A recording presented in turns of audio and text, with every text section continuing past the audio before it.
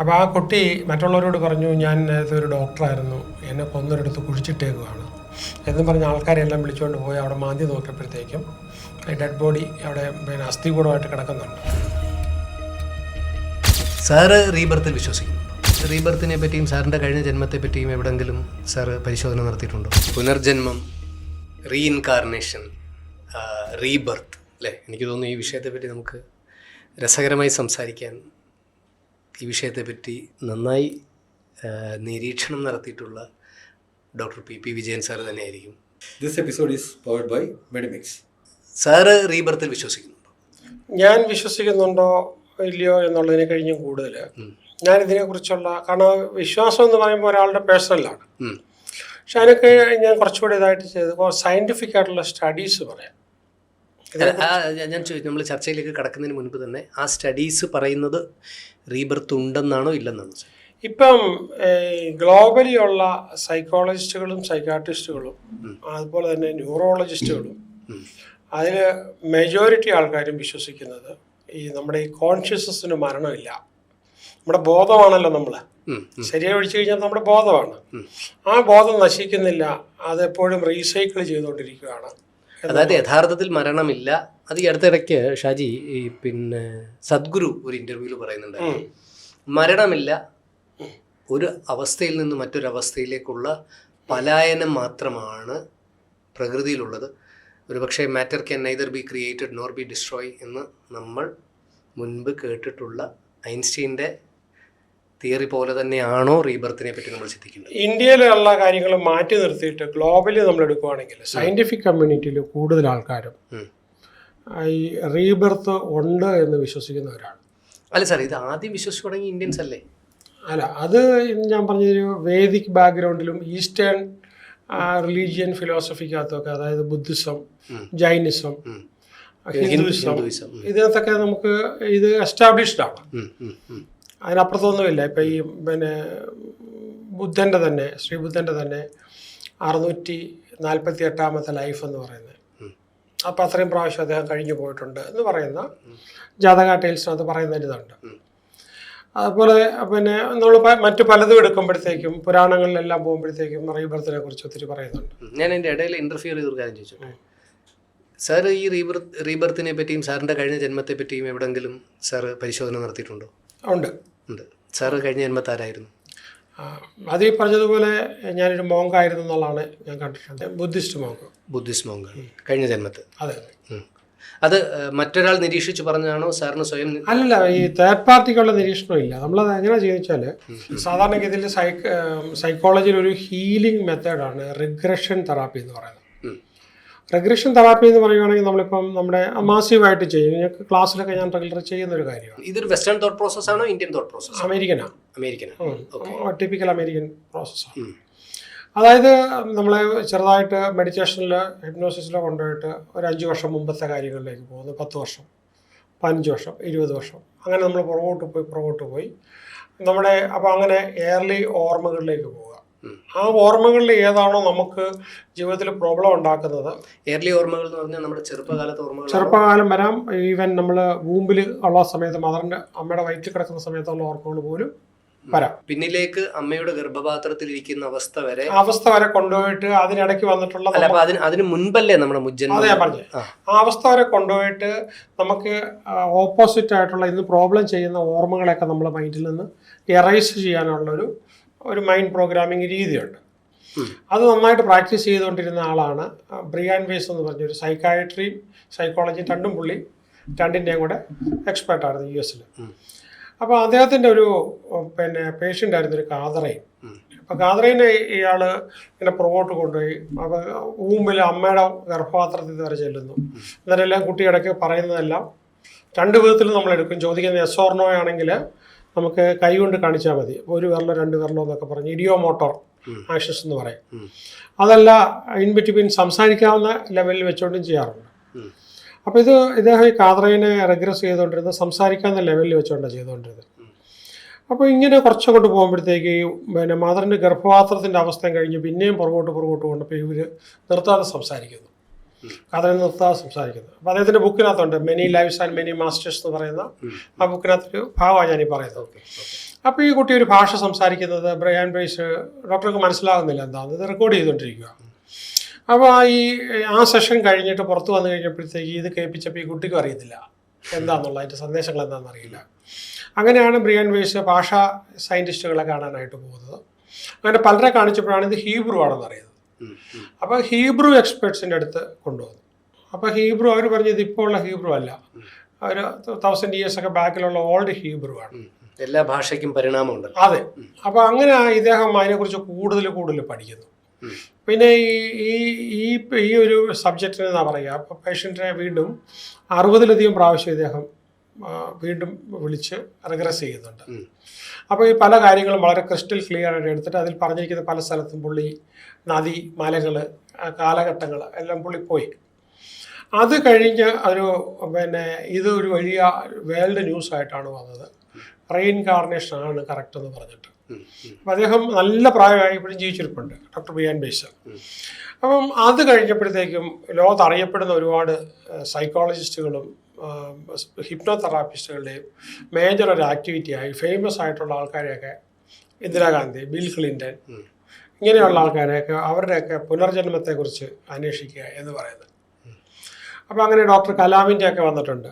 പിന്നെ സെമിസ്കിയുടെ ബുക്കിനകത്ത് ഡോക്ടർ കലാമിൻ്റെ ഇതിനെക്കുറിച്ച് പറയുന്നുണ്ട്. അപ്പം എന്ന് പറഞ്ഞതുപോലെ അപ്പോൾ ഇത് പലരെക്കുറിച്ച് ഇങ്ങനെ പഠിച്ചു വന്നു കഴിഞ്ഞപ്പോഴത്തേക്ക് അപ്പോൾ ഈ ഗാന്ധിജിയുടെ കാലത്ത് ഇന്ത്യയിൽ ശാന്തി ദേവി എന്ന് പറഞ്ഞൊരു ലേഡി, പെൺകുട്ടി, അവരുടെ പാസ്റ്റ് ലൈഫിനെ കുറിച്ച് പറയുന്നുണ്ട്. അവർ വലിയൊരു കുടുംബത്തിലെ, അപ്പോൾ അവർ അസുഖം വന്ന് മരിച്ചു പോകുന്നു, കുടുംബത്തിലുള്ള കാര്യങ്ങളെല്ലാം പറഞ്ഞു. പക്ഷെ കൊച്ചു കുട്ടിയാണ് ഇത് പറയുന്നത്. അപ്പോൾ കോൺഗ്രസ് അന്നൊരു കമ്മിറ്റി അപ്പോയിൻറ്റ് ചെയ്തത് ഇത് ഇൻവെസ്റ്റിഗേറ്റ് ചെയ്യാനായിട്ട്. യൂട്യൂബിൽ കിടക്കുന്നുണ്ട് ഈ പറഞ്ഞ സാധനം തന്നെ.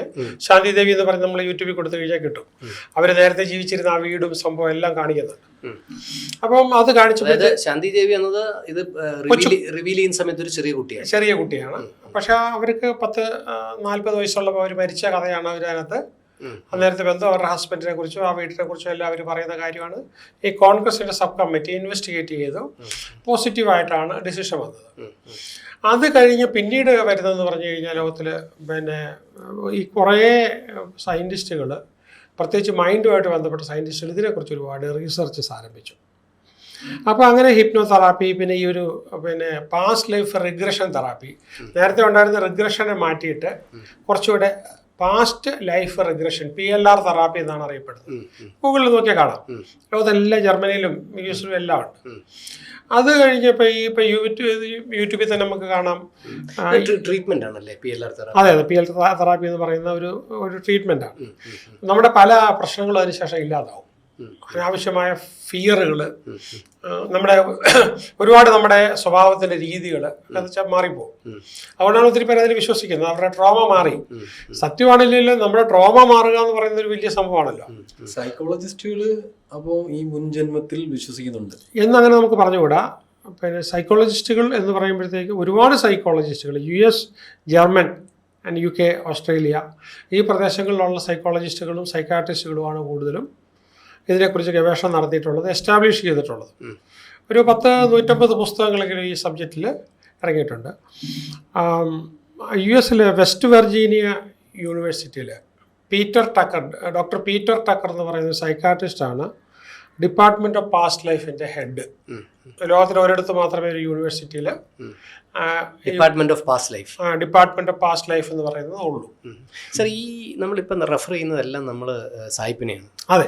പക്ഷേ ഇത്തരം വിഷയങ്ങളിൽ ഒരു പക്ഷേ സായിപ്പിനേക്കാൾ ഗാഠമായ അതിശക്തമായ നിരീക്ഷണങ്ങളും ഒരു പക്ഷേ നമ്മൾ കേട്ട എക്സ്പീരിയൻസും ഒക്കെ നമ്മുടെ നാട്ടിൽ തന്നെ. അതെന്തുകൊണ്ടാണ് ഇങ്ങനെ ഒരു റെഫറൽ വരാൻ കാര്യം എന്ന് ചോദിച്ചു കഴിഞ്ഞാൽ, ഹിന്ദുസത്തിനകത്ത് രണ്ടാമതൊരു ക്വസ്റ്റ്യൻ ഇല്ല. റീഇൻകാർണേഷൻ ഇസ് എ റൂൾ എന്നുള്ളതാണ്. അതായത് പുനർജന്മമുണ്ട് ആണ് എന്നുള്ളതാണ്. ഞാൻ തന്നെ വളരെ ചെറുപ്പത്തിൽ നമ്മുടെ വീട്ടിലൊക്കെ ചില ആൾക്കാരെ പറ്റി പറയുമ്പോൾ ഷാജി, നമ്മുടെ അമ്മാവന്മാരും ഒക്കെ പറയുന്നത് കേട്ടിട്ടുണ്ട്. മുജ്ജന്മ സുഹൃതം, മുജ്ജന്മ ശാപം എന്നൊക്കെ കേട്ടിട്ടുണ്ട്. ചില ആൾക്കാരുടെ സ്വഭാവത്തിലും ചില അഡ്വാൻറ്റേജ് വരുമ്പോൾ ചില ആൾക്കാർക്ക് വീട്ടുകാർക്കും ഒക്കെ ബഹളം ഉണ്ടാക്കിയും വഴക്കൊക്കെ ഉണ്ടാക്കിയൊക്കെ ചെയ്യുന്ന ചില ആൾക്കാരെ പറ്റി പരാമർശിക്കുന്നതെന്ന് ഞാൻ വളരെ ചെറുപ്പത്തിൽ കേട്ടിട്ടുണ്ട്. അതൊരു മുജ്ജന്മ ശാപമാണ്. അതുപോലെ മറ്റു ചിലരെ പറ്റി മുജ്ജന്മ സുഹൃതമാണ്. അപ്പോൾ ഹിന്ദുയിസത്തിൻ്റെ ഒരു കാഴ്ചപ്പാടിൽ ഇതുണ്ട് എന്നുള്ളത് അങ്ങ് പൂർണ്ണമായി വിശ്വസിക്കും. കാഴ്ചപ്പാടിൽ 7 തലമുറ വരെ അനുഭവിക്കുമെന്നല്ലേ പറയുന്നത്. അനുഭവിക്കുന്നത് അല്ല, ഇതിന് ശരിക്കും പറഞ്ഞു കഴിഞ്ഞാൽ ഇതൊരു അക്കാഡമിക് സബ്ജക്റ്റിൽ കൂടെയാണ് ഞാനിപ്പോൾ പോയിക്കൊണ്ടിരിക്കുന്നത്. ജൈനിസത്തിനകത്തും ശരിക്കും പറഞ്ഞു കഴിഞ്ഞാൽ ഇത് തന്നെയാണ്, പിന്നെ റീഇൻകാർണേഷനാണ്. ഇന്ത്യൻ ഈസ്റ്റേൺ ഫിലോസഫി എല്ലാം പോയിക്കൊണ്ടിരിക്കുന്നത് ഇതാണ്. ബ്രിയാൻ വെയ്സിനെ കോട്ട് ചെയ്തുകൊണ്ട് പറയുകയാണ്. അദ്ദേഹം ആദ്യകാലത്തുള്ള, അതായത് ഈ 3rd സെഞ്ച്വറിയിൽ AD കോൺസ്റ്റന്റൈനാണ് ബൈബിള് ഈ ഒഫീഷ്യലായിട്ട് ക്രിസ്ത്യാനിറ്റിയെ റോമൻ ചക്രവർത്തിയുടെ റിലീജിയനാക്കുന്നത്. അപ്പോൾ അതിനു മുമ്പ് ഈ ബൈബിളിനെ കുറിച്ച് വിശദമായിട്ടൊരു പഠനം നടത്തുക, അതിൻ്റെ ഒരു കൺവെൻഷൻ നടത്തുക, ഗ്രീക്ക് പിന്നെ ക്രിസ്ത്യാനിറ്റി ഉണ്ടായ പ്രദേശത്തുള്ള ആൾക്കാരെല്ലാം വന്നിരുന്നൊരു വലിയ കൺവെൻഷൻ നടക്കുന്നുണ്ട്. അപ്പോൾ അതിന് പല വേർഷൻസ് ഉണ്ടെന്നെല്ലാം മാറ്റിയിട്ട് ഒരു വേർഷൻ ആക്കുന്നുണ്ട്. അപ്പോൾ അതിന് മുമ്പ് പറഞ്ഞിരുന്ന നീ സ്വർഗത്തിൽ പോകണമെന്നുണ്ടെങ്കിൽ പിന്നെ യു ഹാവ് ടു റീബോൺ എന്ന് പറയുന്നത് പിന്നീട് വന്നപ്പോഴത്തേക്ക് അതൊരു മാമോദിസ മുക്കുന്ന ബാപ്റ്റിസത്തിലേക്ക് വന്നു. ബ്രിയാൻ വെയ്സ് പറഞ്ഞിരിക്കുന്നത്, അദ്ദേഹത്തിൻ്റെ ബുക്കിൽ പറഞ്ഞിരിക്കുന്നതെന്ന് പറഞ്ഞു കഴിഞ്ഞാൽ അവിടെ ബോൺ അഗെയിൻ എന്ന് പറയുന്നത് നീ പല പ്രാവശ്യം ജനിച്ചു മരിച്ച് അത് ജനിമൃതികളിലൂടെ മാത്രമേ നീ മോക്ഷപ്രാപ്തിയിലേക്ക് പോകുന്നു എന്നുള്ള ആ ഒരു രീതിയിലാണ് ആദ്യകാല ബൈബിളിൽ പറഞ്ഞിരിക്കുന്നത് എന്നുള്ളതാണ്. പിന്നെ ഒരു ഇസ്ലാമിക് വേഷനും സൂഫിസത്തിൻ്റെ ഒക്കെ വേഷനും എടുക്കുകയാണെങ്കിൽ നമുക്ക് ഈ സോളിനെ നമുക്ക് മഴത്തുള്ളികളായിട്ട് കാണാം. അപ്പം ഡിവൈൻ എന്ന് പറയുന്നത് പ്രപഞ്ചബോധമാണ് ഡിവൈൻ. അതിൻ്റെ ഒരു പാർട്ടിക്കിൾ, മഴ പെയ്യുന്ന പോലെ അതിൻ്റെ തുള്ളികളാണ് നമ്മൾ ഓരോരുത്തരും. അതിൻ്റെ എല്ലാ ക്യാരക്ടേഴ്സും ഉണ്ട് നമ്മളെല്ലാവരും. അപ്പം ഈ മഴ പെയ്ത് താഴേക്ക് വീണ് കഴിഞ്ഞാൽ അത് ഇലയിൽ വീഴുന്നു, തറയിൽ വീഴുന്നു, വീട്ടിൽ വീഴുന്നു, മൃഗങ്ങൾ കുടിക്കുന്നു. അത് കഴിഞ്ഞ് അത് വീണ്ടും റീസൈക്കിൾ ചെയ്ത് തോട്ടിലൂടെ, ആറ്റിലൂടെ, അരുവിയിലൂടെ ചെന്ന് അവസാനം അത് കടലിൽ തന്നെ പതിച്ച് വീണ്ടും ഇവാപ്പറേറ്റ് ചെയ്ത് വീണ്ടും മഴയായിട്ട് വീണ്ടും പോയി, വീണ്ടും അത് ഈ പറഞ്ഞ പ്രോസസ്സിൽ കൂടെ പോയി എന്ന് പറഞ്ഞതുപോലെ നമ്മുടെ സോൾ ഇങ്ങനെ. അതായത് ഈ സോൾ എന്ന കോൺസെപ്റ്റ് ഇപ്പം യഥാർത്ഥത്തിൽ ആത്മാവ് ഒരുപക്ഷെ മുൻപെപ്പോൾ എവിടെയോ കേട്ടിട്ടുണ്ട്, ആത്മാവിൻ്റെ ഫോട്ടോ എടുക്കാൻ കഴിഞ്ഞിട്ടുണ്ട്, ആത്മാവ് ശരീരത്തിൽ നിന്ന് ഒരു വെളുത്ത രൂപമായി പുറത്തു പോകുന്നുണ്ട്. പക്ഷെ ഹിന്ദു തോട്ട് പ്രോസസ്സിൽ പഞ്ചപ്രാണൻ എന്ന് പറയുന്നുണ്ട്, പ്രാണൻ, അധാനൻ, എനിക്കതിനെ കൃത്യമായി അറിയില്ല. ഇത് സ്പ്ലിറ്റ് ആവുന്നു. ഇപ്പോൾ ഒരാൾ മരിക്കുകയും അദ്ദേഹത്തെ ദഹിപ്പിക്കുകയും ചെയ്യുമ്പോൾ, തലയോടി പൊട്ടുമ്പോൾ ഒരു പ്രാണൻ പുറത്തു പോകുന്നു, നട്ടെല്ല് പൊട്ടുമ്പോൾ മറ്റൊരു പ്രാണൻ പുറത്തു പോകുന്നു, അതിൽ ഒരു പ്രാണൻ 5 ദിവസം വീടിന് ചുറ്റും നിൽക്കുന്നു എന്നൊക്കെയുള്ള ചില പുരാണ ചിന്തകളുണ്ട്. അപ്പോൾ അതിൻ്റെ കുറച്ചുകൂടെ സയന്റിഫിക്കിലേക്ക് വരുമ്പോഴേ നമുക്ക് 3 ബോഡി എന്ന് പറയാം. അതായത് നമ്മുടെ ഫിസിക്കൽ ബോഡി, സ്ഥൂല ശരീരം, രണ്ടാമത് സൂക്ഷ്മ ശരീരം. സൂക്ഷ്മ എന്ന് പറഞ്ഞാൽ pure energy body. Spiritual body എന്ന് പറയാൻ പറ്റത്തില്ല. നമ്മുടെ ഇപ്പം ഈ ആടിനെയോ മാടിനെയൊക്കെ കൊന്ന് കെട്ടി തൂക്കി വെക്കുവാണെങ്കിൽ അത് കെട്ടി തൂക്കിയിട്ടേക്ക് അതിരുന്ന് വിറയ്ക്കുന്നില്ലേ? പാമ്പിനെ തല്ലിക്കൊന്ന് വാല് കിടന്ന് അനങ്ങിക്കൊണ്ടിരിക്കുന്നില്ലേ? അപ്പം അത് ശരിക്കും പറഞ്ഞ എനർജി ബോഡിയുടെ പ്രവർത്തനമാണ്. അപ്പം നമ്മുടെ ആണെങ്കിലും ഒരു ശരീരത്തിൻ്റെ ഒരു ഭാഗം മുറിച്ചു കഴിഞ്ഞാൽ അത് കിടന്ന് കുറേ നേരം അനങ്ങും. പിന്നെ ഈ ഫാൻറ്റം ലിംബ് എന്ന് പറഞ്ഞൊരു പ്രക്രിയയാണ്. അപ്പോൾ നമ്മുടെ അസുഖം മാത്രം കാല് മുറിച്ച് കളയേണ്ടതായിട്ട് വന്നു. ആ മുറിച്ച് കളയപ്പെട്ട കാലിൻ്റെ പാദത്തിലിരുന്ന് വല്ലാത്ത വേദന, എൻ്റെ ഡോക്ടറെ എനിക്ക് സഹിക്കാൻ പറ്റത്തില്ല എന്ന് പറയുന്ന അതുണ്ട്. എന്ന് പറഞ്ഞാൽ ഇല്ലാത്ത കാലിൻ്റെ വേദന നമ്മുടെ ബ്രെയിനിൽ അനുഭവപ്പെടും. അതെന്താണെന്ന് വെച്ചാൽ എനർജി ബോഡി വർക്ക് ചെയ്യുന്നുണ്ട്. ഞാൻ 3 ബോഡിയെ കുറിച്ചാണ് പറഞ്ഞത്. അതായത് പിന്നെ സ്ഥൂല ശരീരം, ഇത് സൂക്ഷ്മ ശരീരമാണ് നമ്മുടെ എനർജി ബോഡി, ഊർജ്ജ ശരീരം എന്ന് പറയുന്നത്. അതിന് നിലനിൽപ്പില്ല. അത് ബോഡിയിൽ നിന്ന് പുറത്തേക്ക് വന്നു കഴിഞ്ഞാൽ അതിന് കാണാനോ കേൾക്കാനോ പ്രോസസ്സ് ചെയ്യാനോ ഇന്ദ്രിയങ്ങളോ തിരിച്ചറിവോ ഇല്ല. പക്ഷെ ആ ഊർജം പുറത്തേക്ക് വരുന്നുണ്ട്. അതിനെയാണോ നമ്മൾ ആത്മാവ് എന്ന് വിളിക്കുന്നത്? അല്ല, അതുമല്ല. ആത്മാവെന്ന് പറയുമ്പോൾ കാരണ ശരീരം 3 പറയുന്നത്: സ്ഥൂലം, സൂക്ഷ്മം, കാരണം. അപ്പം കാരണ ശരീരം എന്ന് പറയുമ്പോഴത്തേക്ക് അതിന് ഇപ്പം ജനിമൃതികളില്ല. അതിനകത്ത് പിന്നെ എക്സ്പ്ലെയിൻ ചെയ്യുന്നത് കഠോപനിഷത്തിനകത്ത് വളരെ ഭംഗിയായിട്ട് നല്ലൊരു സ്റ്റോറി പോലെയാണ്. വിശ്വജിത്ത് യാഗം ചെയ്യുന്ന പിതാവിനോട് വിശ്വജിത്ത് യാഗം ചെയ്യുമ്പോൾ എല്ലാം കൊടുക്കും, കംപ്ലീറ്റ് കാര്യങ്ങളും കൊടുത്ത്, വീട്ടു സാധനങ്ങൾ, വീട്ടിലുള്ള സ്വത്തുക്കൾ, കന്നുകാലികളെല്ലാം കൊടുത്ത് സാധനം എല്ലാം ഇല്ലാതെ സർവ്വതും ത്യജിക്കുകയാണ്. അപ്പോൾ ഈ കുട്ടി നചികേതസ് പിതാവിനോട് ചോദിക്കുന്നത് എന്നെ ആർക്കാ കൊടുക്കുന്നത്. അപ്പം മൂന്നാമത്തെ പ്രാവശ്യം ചോദിക്കുമ്പോഴാണ് പറയുന്നത് യമധർമ്മനാ കൊടുക്കുന്നത്. ദേഷ്യപ്പെട്ട് പറയണം. പറയുകയാണ്. അപ്പോൾ കുട്ടി യമധർമ്മനെ അന്വേഷിച്ച് അങ്ങ് പോവുകയാണ്. അപ്പം അങ്ങനെ പോയി യമധർമ്മൻ്റെ കൊട്ടാരത്തിൽ ചെല്ലുന്നു. കൊട്ടാരത്തിൽ അവിടെ ഗേറ്റൊക്കെ ചെന്നപ്പം അദ്ദേഹം ഇല്ല, ഡോറില്ല. അപ്പം സെക്യൂരിറ്റിയോട് ചോദിക്കുന്നു. അപ്പോൾ പറഞ്ഞാൽ 3 ദിവസം കഴിഞ്ഞാൽ വരത്തുള്ളൂ, അപ്പോൾ ഞാനിവിടെ നിന്നോളാം. അപ്പോൾ വെള്ളം കുടിക്കാൻ പറഞ്ഞിട്ട് വെള്ളം കുടിക്കുന്നില്ല, ഭക്ഷണം കഴിക്കുന്നില്ല, ഉറങ്ങാൻ പറഞ്ഞിട്ട് ഉറങ്ങുന്നില്ല, ഗസ്റ്റായിട്ട് വരുമ്പോൾ അതൊക്കെ അങ്ങ് അനുവദിച്ചാലേ ഞാൻ വരുള്ളൂ എന്ന് പറഞ്ഞു. അപ്പോൾ ഈ 3ാമത്തെ ദിവസമായി കഴിഞ്ഞപ്പോഴത്തേക്ക് യമധർമ്മൻ വന്നു കഴിഞ്ഞപ്പോഴത്തേക്കും ചോദിക്കുന്നു, അപ്പോൾ ഇവനെ കണ്ടു കഴിഞ്ഞപ്പോഴത്തേക്ക് നീ എന്തിനാ വന്നേ? അപ്പോൾ പറഞ്ഞ് എന്നെ പിതാവ് അങ്ങേക്ക് ദാനം ചെയ്യുവാണ്, ഞാൻ നേരത്തെ ഇങ്ങ് വന്നതാണ്. പക്ഷെ നീ 3 ദിവസം ഇവിടെ വന്ന് നിന്ന് എനിക്കൊരുപാട് കാർമിക് ഡെറ്റ് ഉണ്ടാക്കി. നീ കാരണം നീ എൻ്റെ ഗസ്റ്റായിട്ട് വന്ന് ഡെറ്റ് ഉണ്ടാക്കി, അതുകൊണ്ട് ഞാൻ നിനക്ക് എന്തെങ്കിലുമൊക്കെ തന്നാലേ എൻ്റെ ആ ഡെറ്റ് തീരത്തുള്ളൂ. അതുകൊണ്ട് ചോദിക്കുകയാണ്. ഇത് ശരിക്കും പറഞ്ഞ ഒരു കോണ്ടെക്സ്റ്റ് ക്രിയേഷനാണ്. അപ്പോൾ അങ്ങനെ പിന്നെ ക്രിയേറ്റ് ചെയ്തിട്ട് ചോദിക്കുകയാണ്, അപ്പോൾ നിനക്ക് എന്താ കാർമിക ഭാരം. ആ കാർമിക ഭാരം. അപ്പോൾ അതുകൊണ്ട് ഞാൻ നിനക്ക് 3 വരം തരാം, നിനക്ക് എന്തൊക്കെ വേണമെങ്കിലും ചോദിച്ചോളൂ. അപ്പോൾ ഇദ്ദേഹം പറഞ്ഞു, നചികേതസ് 14 വയസ്സുള്ള കുട്ടിയാണ്. പറഞ്ഞ് എനിക്ക് ഒന്നാമതായിട്ട് ഞാനിവിടെ ഉണ്ടെന്നുള്ളത് എൻ്റെ മാതാപിതാക്കളെ അറിയിക്കണം, അത് ചെയ്യാം. രണ്ടാമതായിട്ട് എൻ്റെ മാതാപിതാക്കൾക്കും അവർക്കും എല്ലാം സ്വർഗം കിട്ടണം, അതും കൊടുക്കാം. മൂന്നാമത് ചോദിച്ചതാണ് പറഞ്ഞത്, ഈ മരണത്തിന് ശേഷം നമ്മുടെ ജീവൻ എന്ത് സംഭവിക്കുന്നു, ആത്മാവിന് എന്ത് സംഭവിക്കുന്നു, അത് കൃത്യമായിട്ട് പറയണം. അപ്പം യമധർമ്മം പറയുകയാണ്, അത് നിൻ്റെ പ്രായത്തിലുള്ളവരോട് പറയാൻ പറ്റിയതല്ല, ആരോടും പറയാൻ പറ്റത്തില്ല, സ്വർഗവിദ്യയാണ്, ഞാനത് പറയൂല. അപ്പൊ അങ്ങനെയാണ് അനുഭവിച്ച് മാത്രം അറിയേണ്ട ഒരു അവസ്ഥ എന്ന് പറയുമ്പോൾ പിന്നെ നചികേതസ് പറയുകയാണ്, അപ്പൊ അങ്ങനെയാണ് അങ്ങ് തന്ന ആദ്യത്തെ 2 എണ്ണം കൂടെ തിരിച്ചെടുത്തു, എനിക്ക് വേണ്ട, എനിക്കൊന്നും വേണ്ട. അപ്പൊ പറഞ്ഞു നിനക്ക് രാജാവാകണോ, കൊട്ടാരം വേണോ, അത് വേണോ, പ്രലോഭനങ്ങളോ. ഞാൻ പറഞ്ഞു അതെല്ലാം നശിച്ചു പോകുന്നല്ലേ, നശിച്ചു പോകാത്തതായതുള്ള ജ്ഞാനം മാത്രമേ ഉള്ളൂ. മരണത്തിന് ശേഷം എന്ത് സംഭവിക്കുന്നു എന്ന് പറയൂ. അപ്പോൾ അങ്ങനെയാണ് നിനക്ക് നിർബന്ധമാണ് ഞാൻ പറയാം എന്ന് പറഞ്ഞിട്ടാണ് ആ കടോപുരുഷത്തിനകത്ത് പ്രസിദ്ധമായ ആത്മാനം രതിനം വിത്തി ശരീരം രമവേദത്തു എന്ന് പറഞ്ഞ ആ ഒരു ഇതുവരെ പറയുന്നത്. ഇത് പറയുന്ന കാര്യം ഇതാണ്, ശരീരം രഥമാകുന്നു, ആത്മാവ് അതിൻ്റെ അകത്തെ പ്രധാന യാത്രക്കാരനാകുന്നു, മൈൻഡാണ് ഇതിൻ്റെ ഡ്രൈവർ അഥവാ ഇൻ്റലക്റ്റ്. ഇൻ്റലക്റ്റ് എന്ന് പറയുന്നത് അഥവാ നിൻ്റെ ബുദ്ധിയാണ് ഇതിനെ നയിക്കുന്നത്. ഇതിൻ്റെ കടിഞ്ഞാണുകൾ മൈൻഡാണ്, മനസ്സാണ് ഇതിൻ്റെ കടിഞ്ഞാണുകൾ, കുതിരകൾ ഇതിൻ്റെ ഇമോഷൻസ് ആകുന്നു. അപ്പോൾ ഈ നല്ല കുതിരകളും മോശം കുതിരകളും ഉണ്ട്. നീ നല്ലത് നന്നായിട്ട് നയിച്ചില്ലെങ്കിൽ ഇത് നിന്നെ നാശത്തിലേക്ക് കൊണ്ടുപോകും. അപ്പോൾ അതുകൊണ്ട് നിനക്ക് വിഷയാസക്തി കൂടിക്കഴിഞ്ഞാൽ, ഒരുപാട് വിഷയങ്ങളിലുള്ള ആസക്തി, അതുപോലെ ശരീരവും പ്രഷറും ഇത് തന്നെ അനുഭവിച്ചു കഴിഞ്ഞാൽ നിന്നെ സംസാര സാഗരത്തിൽ കൊണ്ടുപോകും. വീണ്ടും നീ ജനിമൃതികളിൽ കൂടി പൊക്കോണ്ടിരിക്കണം. ആ സമയത്ത് നീ വെൽ കൺട്രോൾഡാണ്, നിൻ്റെ പിന്നെ വിവേക ബുദ്ധി ഉപയോഗിച്ച്, അത് അവനാണല്ലോ ഡ്രൈവർ.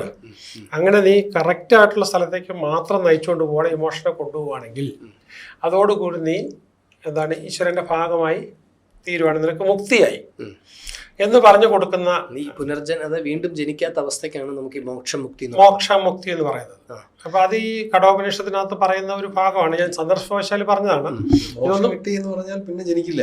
അതെ, ഈശ്വരന്റെ ഭാഗമാകുന്നത്. അത് ഞാൻ ആദ്യം പറഞ്ഞൊരു കാര്യം പറയുകയാണ്. ഇപ്പം നമുക്ക് ഓർക്കാനായിട്ട് ഒരു വലിയ മേഘം, ആയിരക്കണക്കിന് ഏക്കർ വലിപ്പമുള്ള ഒരു മേഘമാണെന്നിരിക്കട്ടെ ഈശ്വരൻ. അതല്ലെങ്കിൽ അറ്റ്ലാന്റിക് ഓഷനാണെന്ന് ഇരിക്കട്ടെ, മനസ്സിലാക്കാൻ എളുപ്പത്തിന്. അറ്റ്ലാന്റിക് ഓഷൻ ഏതാണ്ട് നമ്മൾ 10 മണിക്കൂർ ഫ്ലൈറ്റിൽ നമ്മൾ ക്രോസ് ചെയ്യാൻ സമയമെടുക്കുന്നതാണ്. അറ്റ്ലാന്റിക് ഓഷൻ ആണ് ഈശ്വരൻ എന്നുണ്ടെങ്കിൽ അതിൻ്റെ ഒരു തുള്ളിയാണ് നമ്മുടെ ഉള്ളിലുള്ളത്. ആത്മാവെന്ന് പറയുന്നത് ഒരു തുള്ളിയാണ്. അപ്പോൾ ഇതിനെക്കുറിച്ച് പിന്നീടുള്ള പഠനങ്ങൾ ഒത്തിരി ഉണ്ട്. അപ്പം അതിനകത്ത് പറയുന്നത് ഈ സോൾ ഇപ്പോഴും ഒരു ക്ലസ്റ്ററായിട്ടാണ് വരിക. 10,000 സോൾ ചേർന്ന ഒരു ക്ലസ്റ്ററായിട്ടാണ് ഈ ഡിവൈനിൽ നിന്നും സെപ്പറേറ്റ് ചെയ്ത് വരുന്നത്. അതായത് ജനിച്ചകലുകയും മരിച്ചടുക്കുകയും ചെയ്യുമെന്ന് കേട്ടിട്ടുണ്ട്, അതായിരിക്കും എന്ന് പറഞ്ഞതുപോലെ. അപ്പോൾ ഈ പറഞ്ഞ നമ്മുടെ പിന്നെ ഈ സോൾ കണക്ഷൻസ് ഒരുപാട് പേരുമായിട്ട് കാണും. അപ്പോൾ അവർ ഈ സോളിൻ്റെ വരവിൻ്റെയും പോക്കിൻ്റെയും ഉദ്ദേശം എന്താണെന്ന് ചോദിച്ചു കഴിഞ്ഞാൽ, ചില നല്ല, ഇത് ഞാൻ എൻ്റെ കോട്ടല്ല കേട്ടോ, ഇനി വായിച്ചതിൽ നിന്നും പറയുകയാണ്. അപ്പം പിന്നെ നമുക്ക് ഒരുപാട് അനുഭവങ്ങൾ ഉണ്ടാകാനായിട്ട്, ജ്ഞാനം ഉണ്ടാകാനായിട്ട്, പിന്നെ ഈ സയൻസിൽ പറയുമ്പോഴത്തേക്കും നമ്മുടെ ഈ വേദനകളും പ്രയാസങ്ങളും പ്രശ്നങ്ങളൊന്നും നമ്മുടെ ബാധ്യതകളല്ല. സ്വർണം തീക്കകത്തോടെ കടന്നു പോകുമ്പോൾ മാത്രമേ അത് ശുദ്ധി ചെയ്യപ്പെടുന്നുള്ളൂ. എന്ന് പറഞ്ഞ പോലെ വേദനകളും യാതനകളും പ്രശ്നങ്ങളും തരുന്നത് ഈ ആത്മാവിനെ ശുദ്ധി ചെയ്ത് ആ എക്സ്പീരിയൻസ് ഉണ്ടായി. 1 ഡിവോഴ്സോ 2 ഡിവോഴ്സോ 3 ഡിവോഴ്സോ 1 പ്രാവശ്യമോ 2 പ്രാവശ്യമോ 3 പ്രാവശ്യം ജയിലിൽ കിടക്കുന്നതോ കുഞ്ഞുങ്ങൾ മരിച്ചു പോകുന്നതോ കുറ്റവരില്ലാതായി പോകുന്നതോ നമ്മുടെ ഈ സോളിനെ റിഫൈൻ ചെയ്യാനായിട്ട് തരുന്ന അഗ്നിയാണ്. അപ്പോൾ അതിനൊരു ഞാനൊരു കഥയ്ക്കകത്തോടെ പറയുകയാണെങ്കിൽ ഈ പഞ്ചപാണ്ഡവന്മാർ കാരണം ഭയങ്കരമായിട്ട് യുദ്ധം ചെയ്ത് മറ്റവരെ തോൽപ്പിച്ചു. അപ്പോൾ ഈ ഇദ്ദേഹത്തിൻ്റെ നമ്മുടെ ദുര്യോധനൻ്റെ തൊട അടിച്ചു പൊട്ടിച്ച്, അപ്പോൾ അവിടെയാണ് അവൻ്റെ ഏറ്റവും ശക്തി ഇരിക്കുന്നത്. അടിച്ചു പൊട്ടിച്ച് അവൻ മരിക്കാനായിട്ട് ഇങ്ങനെ വലിച്ചു കിടക്കുമ്പോൾ അശുദ്ധാത്മാവ് വരുന്നതിന് അങ്ങയോട് ആരാ ഇത് ചെയ്ത്, എനിക്ക് സഹിക്കാൻ പറ്റുന്നില്ല എന്നും പറഞ്ഞിട്ട് ഗുരുവിൻ്റെ മകനാണ് അവിടെ കിടന്നൊരു വാളും എടുത്തുകൊണ്ട് പോകും. അപ്പോൾ ഇദ്ദേഹം വയ്യാതെ കിടന്ന് വിളിക്കുന്നിരുത്തി പോകരുത് ആ വാള് നിനക്ക് ശരിക്കും പിടിക്കാനും അറിയത്തില്ല. അശുദ്ധാത്മാവ് നേരെ ചെന്നിട്ട് ഈ അർജുനൊക്കെ താമസിക്കുന്ന വീട്ടിൽ ചെല്ലുമ്പോൾ ശിശുക്കൾ 5 പേര് തൊട്ടി കിടന്ന് ഉറങ്ങുവാണ്. ഈ 5 പേരെ എടുത്ത് ഇങ്ങനെ പിടിച്ചിട്ട് 5 പേരുടെ തല അറുത്ത് നമ്മുടെ തേങ്ങാക്കൊലയൊക്കെ കൊണ്ടുവരുന്ന പോലെ ഇങ്ങനെ കൊണ്ടുവരുവാണ്. ഇത് കണ്ടിട്ട് ഇവനെ ശപിച്ച് ഇതിൻ്റെ സകല ഇഫക്റ്റ് നീ ശിശുക്കളോട് നീ ഒരിക്കലും ചെയ്യാൻ പാടില്ലായിരുന്നു, എൻ്റെ പേര് പറഞ്ഞ് ഒരിക്കലും ചെയ്യാൻ പാടില്ലായിരുന്നു എന്ന് പറഞ്ഞ് ഇവനെ ശപിച്ച്. അപ്പം അശുദ്ധാത്മാവ് മരിക്കുന്നതായിട്ടൊരു കഥയേ ഇല്ല, അവൻ ഇപ്പോഴും അലയുന്നു എന്നുള്ളതാണ് സങ്കല്പം. ഇതൊക്കെ മെറ്റഫറാണ്, സ്റ്റോറീസാണ്. അല്ല ഈ സംഭവം കഴിഞ്ഞ ഏറ്റവും മോശമായ അവസ്ഥയിൽ അശുദ്ധമാവിൻ്റെ അവസ്ഥയാണ് നിനക്കെന്ന് പറഞ്ഞാൽ ഒരിക്കലും മനസ്സമാധാനമില്ലാതെ അലയുന്ന അവസ്ഥയാണ് അല്ലേ? അതെ. അല്ല അപ്പോൾ അവിടെ ഒരു സന്ദർഭം പറയുമ്പോഴത്തേക്ക് അപ്പോൾ ഈ സംഭവം നടക്കുമെന്ന് കൃഷ്ണൻ അറിയാമായിരുന്നു. അത് നടക്കട്ടെ എന്ന് കരുതിയിട്ട് അദ്ദേഹം നഗരപ്രദക്ഷിണം നടത്തി നമ്മുടെ സോവറിറ്റി എസ്റ്റാബ്ലിഷ് ചെയ്തിട്ട് നമുക്ക് വരാമെന്നും പറഞ്ഞ് ഇവരെയും കൂട്ടിക്കൊണ്ട് വരുവാണ്. ഈ സമയത്ത് കുഞ്ഞുങ്ങളും സ്ത്രീകളും മാത്രമേ ഉള്ളൂ, കൂടാതെ വീട്ടിലത്തെ അവരേ ഉള്ളൂ. അപ്പോൾ ഇങ്ങനെ എന്നിട്ട് അവർ തിരിച്ചു വരുമ്പോഴത്തേക്ക് ഈ രംഗം കാണുമ്പോഴത്തേക്കും അപ്പോൾ ഈ കുന്തി ദേവി ഈ കൃഷ്ണനോട് പറയുന്നൊരു വാക്കുണ്ട്, ഈ ദേഷ്യപ്പെടുകയോ അരിശപ്പെടുകയോ ഒന്നുമല്ല ചെയ്യുന്നത്. ഈ ലൈഫിൽ ഞാൻ ഇനി അനുഭവിക്കാൻ എന്തെങ്കിലും ദുരന്തങ്ങളുണ്ടെങ്കിൽ അത് താമസിപ്പിക്കാതെ പെട്ടെന്ന് തരൂ. കൃഷ്ണനോട് പറയുകയാണ്. അപ്പം പിന്നെ ഇത് നമ്മൾ പറയുമ്പോഴത്തേക്ക് എക്കാർട്ടുള്ള സ്പിരിച്വൽ സയൻറ്റിസ്റ്റിലെ ലോകത്തിൽ നമ്പർ 1 ഇപ്പോഴും എക്കാർട്ടുള്ള പറയുന്നുണ്ട്, സ്വർഗം എന്ന് പറയുന്നത് എപ്പോഴും നമുക്ക് ഡൽഹി പോലെ ഒരു ഡെസ്റ്റിനേഷൻ അല്ല, സോളിൻ്റെ ഹയസ്റ്റ് എവല്യൂഷനാണ്. ഈശ്വരൻ്റെ അതേ ക്വാളിറ്റി നമ്മുടെ ഇതിന് വരുന്ന ആ എവല്യൂഷനാണ്. അപ്പോൾ അതിന് നമുക്ക് ദുഃഖങ്ങളും പ്രയാസങ്ങളും നമ്മൾ അങ്ങനെ നിന്നിട്ട് നോക്കുമ്പോഴത്തേക്ക് നമ്മുടെ ദുഃഖങ്ങളും പ്രയാസങ്ങളും ഒരു 10 വർഷം കഴിഞ്ഞ് നോക്കുമ്പോൾ അതായിരിക്കും നമ്മളെ ജീവിതത്തിൽ വിജയിപ്പിച്ചിട്ടുള്ളത്. ഏറ്റവും വലിയ പ്രയാസങ്ങൾ, ഏറ്റവും വലിയ ബുദ്ധിമുട്ടുകൾ നമ്മൾ അടുത്ത ചാപ്റ്ററിലേക്ക്, അടുത്ത ഓർബിറ്റിലേക്ക് പോകുന്നതായിട്ട് നമുക്ക് ദർശിക്കാനായിട്ട് പറ്റും. ഇത് വെച്ച് നമുക്ക് നമ്മുടെ സബ്ജക്റ്റിലേക്ക് തിരിച്ചു വരാം. അതെ. അപ്പം അങ്ങനെ വരുമ്പോഴത്തേക്കും നമ്മുടെ സബ്ജക്റ്റിനകത്ത് ഈ റീഇൻകാർണേഷൻ എന്ന് പറയുമ്പോഴത്തേക്കും അതിനകത്ത് ഇങ്ങനെയാണ്. അത് ഞാൻ എന്നെ അല്ല പറയുന്നത്, ഇവിടെ ഒന്നും ഞാൻ എൻ്റെ കയ്യിൽ നിന്നൊന്നും പറഞ്ഞിട്ടില്ല, പുരാണങ്ങൾ വഴി പോകുന്നതിലൊന്നും പറഞ്ഞിട്ടില്ല, എല്ലാം റെഫറൻസാണ് പറഞ്ഞത്. അപ്പോൾ നമുക്ക് ഈ ആദ്യം വരുന്ന സോൾ എന്ന് പറഞ്ഞാൽ അവൻ മനുഷ്യനായി കഴിയുമ്പോഴത്തേക്കും പിന്നെ സസ്യങ്ങളോ മിനറൽസോ ചെടികളോ മൃഗങ്ങളോ ഒക്കെ ആയതിനു ശേഷം വളരെ റിഫൈൻഡ് ആയിട്ട് വരുമ്പോഴത്തേക്കാണ് മനുഷ്യനായിട്ട് വരുന്നത്. മനുഷ്യനായിട്ട് വരുമ്പോൾ തന്നെ അവൻ ആദ്യത്തേന് ബേബി സോൾ എന്നാണ് പറയുക, ഒരു എക്സ്പ്രഷനായിട്ട് എടുത്താൽ മതി. ബേബി സോളായിട്ടുള്ളവരെ സംബന്ധിച്ചിടത്തോളം എനിക്ക് കഴിക്കണം, എനിക്ക് ജീവിക്കണം, എനിക്ക് കുടിക്കണം, എനിക്ക് ഉറക്കണം, അവൻ്റെ ഫിസിക്കൽ നെസസിറ്റി മാത്രമേ അവർ ഇപ്പോഴും നോക്കാറുള്ളൂ. അത് കഴിഞ്ഞ് കുറച്ചും കൂടി അടുത്ത ലെവലിൽ ബേബി സോൾ കുറച്ചും കൂടെ ഗ്രാജുവേറ്റ് ചെയ്ത് കഴിയുമ്പോൾ അടുത്ത ലെവലിൽ വരുമ്പോഴത്തേക്കും ഒരു ട്രൈബൽ മൈൻഡ് ആവും. ഞങ്ങളുടെ ആൾക്കാർ, ഞങ്ങൾ SNDPക്കാർ, ഞങ്ങൾ നായേഴ്സ്, ഞങ്ങൾ ബ്രാഹ്മണർ, ഞങ്ങളുടെ ആൾക്കാർ, അല്ലെങ്കിൽ ഞങ്ങൾ മലബാർ മുസ്ലിംസ്, അതല്ലെങ്കിൽ ഞങ്ങൾ സുറിയാനി ക്രിസ്ത്യൻസ് എന്ന് പറഞ്ഞപ്പോൾ ഞങ്ങളാണ് അവരുടെ വായിൽ നിന്ന് വരുമ്പോഴത്തേക്ക് അപ്പോൾ ഒരു ട്രൈബൽ സോളാണ്. അതും കഴിഞ്ഞ് പിന്നെയും അടുത്തത് വരുമ്പോഴത്തേക്ക് യങ് സോളാണ്. യങ് സോളിന് ജാതിയില്ല, മതമില്ല, ആണും പെണ്ണും ഒന്നുമില്ല, റിബലും അല്ല. അവർക്ക് സക്സസ്, ലൈഫിൽ അച്ചീവ്മെൻറ്റ് മാത്രമാണ് യങ് സോളുകളാണ് എണ്ണത്തിൽ ഏറ്റവും കൂടുതൽ. അത് കഴിഞ്ഞ് പിന്നെ വരുന്നതാണ് അല്ല, വയസ്സുമായിട്ട് ഇതിന് യാതൊരു ബന്ധമില്ല, പല ലൈഫിലൂടെ വരുന്നു എന്നുള്ളതാണ് അതിൻ്റെ പഠനത്തിൽ കാണിക്കുന്നത്. ഈ യങ് സോള് എല്ലാം കിട്ടി മടുത്ത് കഴിയുമ്പോൾ സ്വത്തും എല്ലാം ആവശ്യത്തിനായി ഇനി ഇതൊന്നും ആവശ്യമില്ല എന്ന് വരുമ്പോഴത്തേക്കും അവർ ഞാൻ മാത്രം ചിന്തിച്ചാൽ പോരല്ലോ, ഇല്ലാത്തവനും കഴിവ് ലഭിക്കാത്തവനും ഓപ്പർച്യൂണിറ്റി കിട്ടാത്തവനും ഒക്കെ ഇത് അനുഭവിക്കണ്ടേ എന്നുള്ളൊരു തോട്ട് വരികയും ചെടികൾക്കും മൃഗങ്ങൾക്കും എല്ലാം ജീവിക്കാനുള്ളൊരു സ്ഥലമല്ല ഇത്. അപ്പോൾ ഈ മച്വേർഡ് സോള് വരുമ്പോഴത്തേക്കും അവർ ജാതികൾക്കും മതങ്ങൾക്കൊക്കെ അപ്പുറത്തേക്കായിരിക്കും ചിന്തിക്കുന്നതും പറയിക്കുന്നതും പ്രവർത്തിക്കുന്നതും. നമ്മുടെ സമൂഹത്തിൽ അങ്ങനെ കുറച്ച് പേരുണ്ട്. അപ്പോൾ എണ്ണത്തിൽ കുറവാണ്, പക്ഷെ അവരാണ് നമ്മുടെ സമൂഹത്തിൻ്റെ എപ്പോഴും പ്രതീക്ഷ. അവർ പിന്നെ എന്താണ് എല്ലാവരുടെയും ആവശ്യം, മറ്റൊരു പണി എടുത്തില്ല എന്നുള്ളതോ അവൻ ഡ്രഗ് അഡിക്റ്റ് ആണെന്നുള്ളതോ ഇതൊന്നും അവരെ സമയത്ത്. ഈ സോൾ അവസ്ഥകൾ മാറുന്നതാണോ അതോ ഒരാൾ ഈ സോൾ ആയിരിക്കും? സോൾ പലതായിട്ട് ജനിക്കുകയാണ്.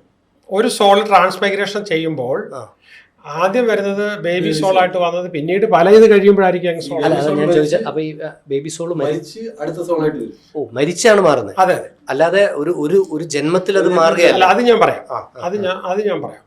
ഇനി ഇത് ഇങ്ങനെ വന്നു കഴിയുമ്പോഴത്തേക്കും ഇതിന് പറയുന്ന മച്വേർഡ് സോളായി കഴിയുമ്പോഴത്തേക്കും നമ്മുടെ മാത്രം കാര്യമല്ല, എല്ലാവരുടെ കാര്യങ്ങളും, ലോകത്തിൻ്റെ മുഴുവൻ നന്മ, അങ്ങനെ ഒരു ചിന്തയാവും. ഒരു ട്രാൻസെൻഡൽ സോളായി കഴിയുമ്പോഴത്തേക്കും ഇപ്പോൾ ബുദ്ധ, കൃഷ്ണ എന്നൊക്കെ പറയുന്ന ആ രീതിയിൽ, ജീസസ് എന്നൊക്കെ പറഞ്ഞ രീതിയിൽ ആ ഒരു കോൺഷ്യസ്നെസ്സിലേക്ക് വരും. അങ്ങനെ വരുമ്പോഴത്തേക്കും ലോകത്തെ എല്ലാവരുടെ പ്രശ്നങ്ങളും എൻ്റെ പ്രശ്നങ്ങളാണ്. ലോകത്തെ ജലാശയങ്ങളുടെ പ്രശ്നങ്ങളും കുടിവെള്ള സോഴ്സിൻ്റെ പ്രശ്നങ്ങളും മാലിന്യങ്ങളും കാർബൺ ഇതുമെല്ലാം നമ്മുടെ എല്ലാവരുടെയും കൂടെ പ്രശ്നമാണ്. ലോകം ഒരു കുടുംബമാണ്. അതിന് അപ്പുറത്തേക്ക് അവർ പോകും. വിശ്വം മുഴുവനും അവരുടെ മനസ്സിൽ ഉൾക്കൊള്ളുന്ന അങ്ങനെ ഒരു കോൺഷ്യസ്നെസ്സിലേക്ക് പോകും. ഇതിനെക്കുറിച്ചൊരു വലിയ സ്റ്റഡിയും ബുക്കും ഒക്കെ ഉണ്ട്. പിന്നെ പവർ വേഴ്സസ് ഫോഴ്സ് എന്ന് പറഞ്ഞ ഹോസ്കിൻ്റെ ഒരു ഇതുണ്ട്. അപ്പോൾ അതായത് ഈ ആദ്യത്തെ കക്ഷികൾക്കുണ്ടല്ലോ, നമ്മുടെ യങ് സോൾ വരെ ഉള്ളവരെ പട്ടാളം, പോലീസൊക്കെ ഫോഴ്സ് ചെയ്ത് മാത്രമേ അനുഭവിപ്പിക്കാൻ പറ്റുള്ളൂ, അവരെ നിയന്ത്രിക്കാൻ പറ്റുള്ളൂ. മറ്റവരങ്ങനെയല്ല, അവർ നിയമത്തിനൊക്കെ മുകളിലാണ്. കാരണം നിയമം അവർക്ക് ഒരിക്കലും ലംഘിക്കേണ്ടതായിട്ട് വരാറില്ല. നിയമത്തെ കുറച്ചുകൂടെ റിഫൈൻ ചെയ്യണമെന്ന് ആഗ്രഹിക്കുന്ന ആൾക്കാരാണ്. നിയമത്തിനൊക്കെ വളരെ വളരെ മുകളിലുള്ള ആൾക്കാരാണ്. നിയമത്തിനകത്ത് എന്നും സങ്കല്പത്തിൽ വന്നിട്ടില്ലാത്ത ഒരുപാട് വാല്യൂസ് അവരാണ് ഈ LGBTQ വേണ്ടിയിട്ട് പറയുന്നതും. അല്ല, ബേബി സോളിൽ പെടുന്ന ആൾക്കാർ, ബേബി സോളിൽ പെടുന്ന ആൾക്കാരെന്ന് പറഞ്ഞാൽ അവരുടെ അവയർനെസ് എന്ന് പറയുന്നത് ഈ പറഞ്ഞ എനിക്ക് ജീവിക്കണം, ഉണ്ണ് ഉറങ്ങുക, അത് മാത്രമേ ഉള്ളൂ. ശരീരമാണ്, ഞാൻ ശരീരമാണെന്ന് ചിന്തിക്കുന്നവരാണ്. പക്ഷെ ഒരു സിംഗിൾ ലൈഫിൽ തന്നെ എല്ലാ സോളിന്റെ ഇതിലൂടെയും കടന്നു പോകുന്ന ആൾക്കാരില്ലേ? ഇത് നല്ല ക്വസ്റ്റ്യനാണ്. അതായത് നമ്മൾ വളരെ അപൂർവങ്ങളായ വിസ്ഡമുള്ള ആൾക്കാരിലേക്ക് അവരുടെ കൂടെ നമ്മൾ പ്രവർത്തിക്കുക, അവരുടെ സംസാരങ്ങൾ കേൾക്കുക, അതുമായിട്ട് ബന്ധപ്പെട്ട ചില സിനിമകളോ കലാരൂപങ്ങളൊക്കെ കാണുക. അങ്ങനെ വരുമ്പോഴത്തേക്കും നമുക്ക് ഈ അറിവിന് പുറമെ ഒരു തിരിച്ചറിവുണ്ടാവും, ഒരു വിസ്ഡം. അതായത് ഒരു ജന്മത്തിൽ തന്നെ ഈ ട്രാൻസ്ഫോർമേഷൻ പലർക്കും സംഭവിക്കാം. അതല്ലേ നമ്മൾ രത്നാകരൻ്റെ കഥ, അതല്ലേ ഹൈവേ റോബറായിരുന്ന രത്നാകരൻ. അപ്പോൾ ഇത് അതിൽ വന്ന സപ്തദർശികളുടെ അടുത്ത് ചോദിച്ചു, ഞാൻ റോബ് ചെയ്യാൻ പോവുകയാണ്. അപ്പോൾ അവർ പറഞ്ഞു ചെയ്തോളൂ, പക്ഷേ നീ ഒരു കാര്യം ചെയ്യും, നീ ഇതിൻ്റെ വീട്ടിൽ ചെന്നിട്ട് ചോദിക്കും, നീ കാണിക്കുന്നതിനൊക്കെ നീയാണ് നീ എന്തിനാ ഇതൊക്കെ കാണിക്കുന്നതെന്ന് ചോദിക്കും. കാണിക്കുന്നത് ഇതിൻ്റെ കാർമിക് ഡെറ്റ് അവർ ഷെയർ ചെയ്യുവോ, ജന്മാന്തരങ്ങളായിട്ടുള്ള ഷെയർ ചെയ്യുമോ എന്ന് ചോദിച്ചിട്ട് വരാൻ പറഞ്ഞു. ചോദിക്കുമ്പോഴത്തേക്കും പറഞ്ഞില്ല, നിങ്ങളുടെ ജോലിയാണ് ഞങ്ങളെ പരിപാലിക്കുക, അപ്പോൾ അതുകൊണ്ട് ഷെയർ ചെയ്യത്തില്ല എന്ന് പറയുമ്പോഴാണ് ഇദ്ദേഹത്തെ പിടിച്ച്. അപ്പോൾ അവിടെ പരിണാമം വന്ന്, പരിവർത്തനം വന്ന്, ട്രാൻസ്ഫോർമേഷൻ വന്ന് അദ്ദേഹം ഒരു സേജായി മാറുന്നത്. ഇത് തന്നെ നമ്മൾ ബുദ്ധൻ്റെ ഇതിനകത്ത് അങ്കുലിമാല എന്ന് പറയുന്ന കൊന്നിട്ട് വിരലുകൾ മുറിച്ചെടുത്ത് മാല ഉണ്ടാക്കിയിടുന്നൊരു കക്ഷിയുണ്ടായിരുന്നു. അപ്പോൾ അദ്ദേഹത്തെ ബുദ്ധൻ പറഞ്ഞ് പരിവർത്തനപ്പെടുത്തുന്നുണ്ട്. കംപ്ലീറ്റ്ലി അയാൾ പരിവർത്തനപ്പെട്ട് ട്രാൻസ്ഫോംഡ് ആയിട്ട് വരുന്നുണ്ട്. അപ്പോൾ അങ്ങനെ നമുക്ക് ഈ പറഞ്ഞ പോലെ രാക്ഷസനായിട്ടിരുന്ന ആൾക്കാർക്ക് മാറ്റം വരുന്നതൊക്കെ ആയിട്ട് ഒരുപാട് സംഭവങ്ങളുണ്ട്. അതിനെക്കുറിച്ച് പറയുന്നത് ഈ വിസ്ഡത്തിനകത്ത് ശരിക്കും പറഞ്ഞു കഴിഞ്ഞാൽ ഈ നമുക്ക് ഈ കർമ്മയാണല്ലോ ദോഷങ്ങൾ കിടക്കുന്നത്, കാർമിക് ബർഡൻ എന്ന് പറയുന്നത്, കർമ്മദോഷങ്ങൾ. അപ്പം കർമ്മ can be burned in the fire of wisdom. ജ്ഞാനം ഒത്തിരി ആയിക്കഴിഞ്ഞാൽ കർമ്മദോഷങ്ങളെല്ലാം നമ്മളിൽ നിന്ന് മാറ്റിയെടുക്കുക. അപ്പം നമുക്ക് കൊണ്ടുപോകാൻ പറ്റുന്ന, ഇപ്പം ഏത് കാർ എത്ര റോൾസ് റോയ്സ് വാങ്ങിച്ചിട്ടാലും നമുക്ക് കൊണ്ടുപോകാൻ പറ്റില്ല. സോളിന് കൊണ്ടുപോകാൻ പറ്റുന്നത് നമ്മുടെ ജ്ഞാനം മാത്രമാണ്. ജ്ഞാനം നമുക്കൊരു ജന്മത്തിൽ ആയിരക്കണക്കിന് ജ്ഞാനം കിട്ടത്തില്ല. ജ്ഞാനം എന്ന് പറഞ്ഞാൽ അത് വളരെ ഫ്യൂ മാത്രമേ വരുള്ളൂ. ആ ജ്ഞാനമാണ് നമ്മുടെ ഏറ്റവും വലിയ സ്വത്തായിട്ട് വരുന്നത്. അപ്പോൾ ഏറ്റവും കൂടുതൽ നമ്മുടെ ഇതിനകത്തെല്ലാം പറഞ്ഞു വരുന്നത്, നിനക്ക് കിട്ടുന്ന ഈ ഓപ്പർച്യൂണിറ്റിക്കകത്തോടെ മാക്സിമം ജ്ഞാനം ഉൾക്കൊള്ളാനായിട്ട് ശ്രമിക്കുകയും, പിന്നെ മറ്റൊരാൾക്ക് നമ്മൾ കൊടുക്കുന്നത്, ഇപ്പം വസ്ത്രം കൊടുക്കുകയാണെങ്കിൽ അത് ബുദ്ധൻ പറഞ്ഞേക്കുന്ന ഒരു ഭാഗമാണ്. വസ്ത്രം കൊടുക്കുകയാണെങ്കിൽ 1-2 വർഷം കൊണ്ട് അത് പിഞ്ചി പറഞ്ഞു പോകും. കുറച്ച് പണം കൊടുക്കുകയാണെങ്കിൽ അതിൽ നെസസിറ്റി ഉണ്ടാക്കുമ്പോൾ ഇത് തീർന്നു പോകും. ഭക്ഷണം കൊടുക്കുകയാണെങ്കിൽ ഇപ്പം കഴിച്ചു, അടുത്ത വിശപ്പ് വരുമ്പോഴത്തേക്ക് ഒരു ഫലം ഇല്ലാതായി പോകും. ആ സമയത്ത് ഒരാളിന് നമ്മൾ ജ്ഞാനം കൊടുക്കുകയാണെങ്കിൽ തലമുറകളിൽ നിന്നും തലമുറകളിലേക്ക് നശിക്കാതെ, ഇവൻ തന്നെ ജന്മാന്തരങ്ങളിൽ പോലും നഷ്ടപ്പെടാതെ ഒരു സംഭവമായിട്ട് മാറുന്നതാണ് ഒരാൾക്ക് നമ്മൾ ധർമ്മ പഠിപ്പിച്ചു കൊടുക്കുക, നന്മ പഠിപ്പിച്ചു കൊടുക്കുക എന്ന് പറയുന്നുണ്ട്. ഇത് നമ്മൾ പറഞ്ഞുകൊണ്ടിരുന്നത് എഗെയിൻ ബാക്ക് ടു നമ്മുടെ മോഡേൺ ഇൻവെസ്റ്റിഗേഷൻ അബൌട്ട് ട്രാൻസ്മൈഗ്രേഷൻ. അതിനകത്ത് BBC ഒരു ഇത് ചെയ്തിട്ടുണ്ട്. അതിനകത്ത് പിന്നെ ശ്രീലങ്കയിൽ തമിഴ് പുലികളുടെ അറ്റാക്കിൽപ്പെട്ട് മരിച്ച ഭടൻ്റെ പുനർജന്മം എന്ന് പറഞ്ഞൊരു കുട്ടി തോക്കുകളെക്കുറിച്ചും എല്ലാം എക്സ്പ്ലെയിൻ ചെയ്ത് നേരത്തെ പേരൻസിനെ കുറിച്ചൊക്കെ പറഞ്ഞിട്ട് അത് പത്രത്തിൽ എഴുതി അവരെ ഐഡൻറ്റിഫൈ ചെയ്ത ജേർണലിസ്റ്റൊക്കെ എടുത്തുകൊണ്ട് അവിടെ കൊണ്ടുപോകുന്നൊക്കെ ആയിട്ട് വീഡിയോ ഷൂട്ട് ചെയ്തിട്ടുണ്ട്. പിന്നെ സിറിയയിലുള്ള ഒരു 3 വയസ്സുകാരൻ കൂടി, ഈവൻ എനിക്ക് തോന്നുന്നു ഒരു 15 വർഷം മുമ്പാണെന്ന് തോന്നുന്നു, മനോരമയുടെ വീക്ക് റീബർത്തിനെ പറ്റി ഒരു സപ്ലിമെന്റ് തന്നെ ചെയ്തു. സപ്ലിമെന്റ് ചെയ്തിട്ടുണ്ട്. അതായത് നോർത്ത് ഇന്ത്യയിലെ ഒരു 5-6 കേസുകൾ, ഇത്തരം കേസുകൾ റെഫർ ചെയ്തിട്ടുണ്ട്. ചെന്നൈയിൽ ഒരു കൊലക്കേസ് തെളിയിച്ചിട്ടുള്ളതായിട്ട് ഞാൻ അതിന് സമാധാനമാണ് ഇപ്പോൾ പറയാൻ പോകുന്നത്. ഒരു 3 വയസ്സുകാരൻ സിറിയയിൽ. അപ്പോൾ ആ കുട്ടി മറ്റുള്ളവരോട് പറഞ്ഞു, ഞാൻ നേരത്തെ ഒരു ഡോക്ടറായിരുന്നു, എന്നെ കൊന്നൊരിടത്ത് കുഴിച്ചിട്ടേക്കുവാണ് എന്നും പറഞ്ഞ ആൾക്കാരെല്ലാം വിളിച്ചുകൊണ്ട് പോയി അവിടെ മാന്തി നോക്കിയപ്പോഴത്തേക്കും ഡെഡ് ബോഡി അവിടെ പിന്നെ അസ്ഥികൂടമായിട്ട് കിടക്കുന്നുണ്ട്. അപ്പോൾ അതെല്ലാം എടുത്ത് അത് പോലീസ് കേസാക്കിയിട്ട് ഇത് ആരാ കൊന്നത്, കോടാലി കൊണ്ട് വെട്ടിയാണ്, കോടാലിയും കാണിച്ചു കൊടുക്കുന്നു, കൊലയാളിയും കാണിച്ചു കൊടുക്കുന്ന കേസ് ശിക്ഷിക്കുന്നുണ്ട്. അത് യൂട്യൂബിൽ ഫീച്ചർ ചെയ്തിട്ടുണ്ട്. പിന്നെ വേറെ നമുക്ക് നോട്ടബിൾ ആയിട്ടുള്ളത് പേൾ ഹാർബറിൽ ബോംബ് ചെയ്യുമ്പോൾ അവിടെ മരിക്കുന്ന ഒരു പിന്നെ ക്യാപ്റ്റൻ, മീൻസ് പിന്നെ ഫ്ലൈറ്റിൻ്റെ ക്യാപ്റ്റൻ. അയാൾ അതിൻ്റെ ഒരു പിന്നെ 5-6 വയസ്സുള്ളൊരു കുട്ടിയായിട്ട് പിന്നീട്. അപ്പോൾ അവൻ ഈ ഫ്ലൈറ്റിൻ്റെ എല്ലാ പാർട്സിനെ കുറിച്ചും എല്ലാം വിശദീകരണം വളരെ ചെറുപ്പത്തിലേ പറയുന്നു. അവൻ്റെ വീടിനെ കുറിച്ച് പറയുന്നു, അവൻ്റെ സഹോദരിയെക്കുറിച്ച് പറയുന്നു. അങ്ങനെ അവിടെ കൊണ്ടുപോകുമ്പം അവൻ ഈ പഴയ ക്യാപ്റ്റനെ ഒളിപ്പിച്ച് വെച്ചിരുന്ന ചില സാധനം കുട്ടിയെടുത്ത് കൊടുക്കുന്നതൊക്കെ ആയിട്ട് നോക്കിയാൽ മതി, യൂട്യൂബിൽ കാണാം. ഇതൊക്കെ കുറേ എണ്ണം കിടക്കുന്നുണ്ട്. ഇതിന് ഈ സെയിം ഇത് തന്നെ പലറ്റിട്ടേക്കുന്ന കിടക്കുന്നുണ്ട്. നമ്മളിതിങ്ങനെ ഈ മുജന്മങ്ങളെ പറ്റിയും അല്ലെങ്കിൽ ഈ ബന്ധങ്ങളെ പറ്റിയും ഒക്കെ തന്നെ നമ്മൾ ചില ആൾക്കാർക്ക് ഒരു കാരണവുമില്ല നമ്മൾ വെറുക്കുകയും ചില ആൾക്കാരെ ഒരു കാരണവുമില്ലാതെ ഇഷ്ടപ്പെടുകയും. അത് നിങ്ങൾ വളരെ കറക്റ്റ് പോയിന്റിലേക്കാണ് വന്നേക്കുന്നത്. എന്താണെന്ന് വെച്ച് കഴിഞ്ഞാൽ പിന്നെ ചില ആൾക്കാർക്ക് ചില മ്യൂസിക്കിനോട് ഒരു കാരണവുമില്ലാതെ അതിനോട് അത് വരുമ്പോഴത്തേക്ക് അവർ അതിലങ്ങ് അലിഞ്ഞങ്ങ് ഇല്ലാതാവും ആ മ്യൂസിക് വരുമ്പോഴത്തേക്കും. പിന്നെ ചില സ്ഥലത്തിനോട് എന്തോ ഒരു അഭിനിവേശമാണ്. നമ്മൾ അവിടെ ചെല്ലുമ്പം ഇതെല്ലാ സ്ഥലവും ഇവിടെ അറിയാലോ, അവിടെ ഒരു കിണറുണ്ടല്ലോ, അവിടെ ഒരു തോടുണ്ടല്ലോ, ഇതിങ്ങനെ പറയുന്ന ആൾക്കാരുണ്ട്. അതെ, ഡെജാവിൻ്റെ വേറൊരു ഭാഗമായത്. അപ്പം ഇത് വളരെ കൃത്യമായിട്ട് പറയുന്ന ആൾക്കാരുണ്ട്. പിന്നെ അതുപോലെ തന്നെ ഈ പ്രധാനമായിട്ടും പാസ്റ്റ് ലൈഫ് റിഗ്രഷൻ ചെയ്യുന്നതിൻ്റെ ഒരു പർപ്പസ് എന്ന് പറഞ്ഞാൽ പാസ്റ്റിൽ നമുക്ക് എന്തെങ്കിലും ടാലൻ്റ് ഉണ്ടായിരുന്നു, നമ്മൾ പിന്നെ ചികിത്സിക്കുന്നതോ ഡോക്ടറോ മൂല്യങ്ങളായ മരുന്നുകളുടേതോ, ചെറിയ കുട്ടികൾ പാട്ട് പാടുന്നുണ്ടല്ലോ, അതെ, ഡാൻസ് ചെയ്യുന്നത്. അപ്പം ഇങ്ങനെയുള്ള ഇപ്പം ഈ മാസ്റ്റർ ക്ലിൻറ്റ് എന്ന് പറഞ്ഞ കേരളത്തിലൊരു സ്റ്റോറിയുണ്ട്. ചിത്രകാരൻ വളരെ ചെറുതിലെ തന്നെ ആയിരക്കണക്കിന് ചിത്രങ്ങൾ വരച്ചിട്ട് ആ കുട്ടി മരിച്ച കഥ പറയുന്നുണ്ട്. നമുക്കിതിപ്പോൾ ഒരു കാര്യമാണ്, നമുക്ക് ഇതിപ്പോൾ എൻ്റെ അറിവും നമ്മൾ ഇത്തരം വിഷയങ്ങൾ ചർച്ച ചെയ്യുമ്പോൾ തന്നെ നമ്മളിപ്പോൾ ഒരു ഇത് നമ്മൾ ശാസ്ത്രീയമായി ചിലത് തെളിയിച്ചാൽ മാത്രമേ നമ്മൾ വിശ്വസിക്കാൻ തയ്യാറാകൂ എന്നൊക്കെ നമ്മൾ പറയുമ്പോൾ ഇതൊക്കെ ശാസ്ത്രത്തിന് അതീതമായി ചിന്തിക്കേണ്ടതും ശാസ്ത്രത്തിന് അതീതമായി വിശ്വസിക്കേണ്ടതുമായ ഒരു വിഷയമല്ലേ? ഇത് ശാസ്ത്രത്തിന് അതീതമെന്ന് പറയാൻ പറ്റത്തില്ല. ശാസ്ത്രത്തിനകത്തോടെ തന്നെ ഇപ്പം ഞാൻ ഇതുമായിട്ട് ബന്ധപ്പെട്ടൊരു 4 ദിവസത്തെ ഒരു ക്യാമ്പ് നടത്താറുണ്ട്. പിന്നെ കഴിഞ്ഞ 7 വർഷം മുമ്പ് നടത്താറുണ്ട്. അപ്പം ഞാൻ ഇവിടുന്ന് പഠിച്ചതല്ല, ഞാൻ ലോകത്തിൻ്റെ പല ഭാഗത്ത് പോയാണ് ഇതിനെക്കുറിച്ച് പഠിച്ചത്. ഇതിനെക്കുറിച്ച് വീണ്ടും അഡീഷണൽ ആയിട്ട് പഠിച്ച് ഇത് നമുക്ക് നെറ്റിൽ നോക്കി ഇതിൻ്റെ കോൺഫറൻസസ് ഒക്കെ കിട്ടും. ഗ്ലോബലിയുള്ള ജർമ്മനിയിൽ US കോൺഫറൻസസ് ഒക്കെ കിട്ടും. അതിനകത്ത് ഏറ്റവും പ്രധാനമായിട്ടുള്ളവരെല്ലാം പോയി പഠിക്കുകയും മനസ്സിലാക്കുകയൊക്കെ ചെയ്തതിന് ശേഷം ഞാൻ ഇവിടെ നടത്തുമായിരുന്നു. ഹിമാലയത്തിൽ കൊണ്ട് നടത്തുമായിരുന്നു, ക്യാമ്പായിട്ട് അവിടെ നടത്തുമായിരുന്നു, കേരളത്തിൽ നടത്തുമായിരുന്നു. അപ്പോൾ അതിനകത്ത് നമ്മൾ ഈ പറഞ്ഞ പോലെ മാസീവായിട്ട് അവരെ മൊത്തം പാസ്റ്റ് ലൈഫിലേക്ക് കൊണ്ടുപോകുമ്പോൾ അതിനകത്തൊരു 70% ആൾക്കാരും ഫസ്റ്റ് അറ്റംപ്റ്റ് സെക്കൻഡ് അറ്റംപ്റ്റിനകത്ത് അവർ പാസ്റ്റ് ലൈഫ് കാണാറുണ്ട്. ഓക്കെ, അപ്പം അവരെങ്ങനെയുള്ള ലൈഫായിരുന്നു ഏതായിരുന്നു എന്ന് അത് കഴിയുമ്പോഴത്തേക്കും ഇവരിന്ന് ഷെയർ ചെയ്യും. നമുക്കതിനകത്ത് ഒന്നുമില്ല, അവർ കാണുന്നു. ഓക്കെ, അതായത് ഇതിന്റെ ട്രെയിനിങ് എന്ന് പറഞ്ഞാൽ ഇപ്പോൾ എനിക്ക് എൻ്റെ പാസ്റ്റ് ലൈഫ് കാണണമെങ്കിൽ അത് ഞാൻ സ്വയം കാണാൻ വേണ്ടിയുള്ള അവസ്ഥയിലേക്ക് എന്നെ എത്തിക്കുന്നതാണ് ഇതിന്റെ ട്രെയിനിങ് അല്ലേ? അല്ല, അത് കഴിഞ്ഞ് ഒത്തിരി ഉണ്ട്. അപ്പം ഇത് ഞാൻ പഠിപ്പിക്കുമ്പോഴത്തേക്കും എല്ലാ റിലീജിയൻ്റെയും ലിസ്റ്റ് എല്ലാം പറയും. ഇപ്പോൾ ഇസ്ലാം ആണെങ്കിലും ഇസ്ലാമിൻ്റെ പ്രാക്ടീസസ് മാറ്റി വെച്ചിട്ട് ഫിലോസഫിക്കൽ സൈഡെല്ലാം അത് ക്രിസ്ത്യനും ഹിന്ദുവും വേദവും എല്ലാം ഉൾപ്പെടെ വളരെ അതെല്ലാം പഠിച്ചിട്ട് അതും സയൻസും നടന്നിട്ടുള്ള ഗവേഷണങ്ങളും എല്ലാം ആയിട്ട് കൂട്ടിയിണക്കിയിട്ട് അത് വെച്ചുകൊണ്ട് നമ്മളുടെ സോളിൻ്റെ പർപ്പസ് എന്താണ്, വൈ യു ആർ ഹിയർ, അത് കണ്ടെത്തുക. What is your life purpose, നിങ്ങൾ എന്തിനു വേണ്ടിയാണ് ജീവിച്ചിരിക്കുന്നത്. ഇപ്പോൾ ഈ എപ്പോഴും നമുക്ക് പ്രശ്നങ്ങൾ വരുന്നത് നമ്മൾ സോൾ പർപ്പസ് ലൈഫ് പർപ്പസ് ഇത് മാറിപ്പോകുമ്പോൾ നമുക്ക് ആക്സിഡൻറ്റോ രോഗങ്ങളോ മാരക പ്രശ്നങ്ങളോ വരും. അപ്പോൾ എന്താ വെച്ചാൽ നമുക്ക് ആ സ്ട്രെയിറ്റ് ലൈനിൽ പോകാനുള്ളൊരു കോളിംഗ് ആണ് നമ്മുടെ ലൈഫ് പർപ്പസിലേക്ക്.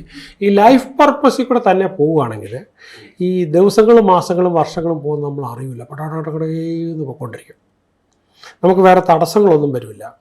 അപ്പോൾ ഈ ലൈഫ് പർപ്പസ് എന്താണെന്ന് കണ്ടുപിടിക്കാനാണ് മെയിനായിട്ടും. അപ്പോൾ അതും പിന്നെ ടാലൻറ്റുകൾ എടുക്കാനായിട്ട് പിന്നെ നമുക്ക് അറിയണമല്ലോ ലോകത്തെക്കുറിച്ചുള്ള ഒരു എന്താണ് അതിൻ്റെ അൾട്ടിമേറ്റ് നമ്മളൊന്ന് അറിയണമല്ലോ.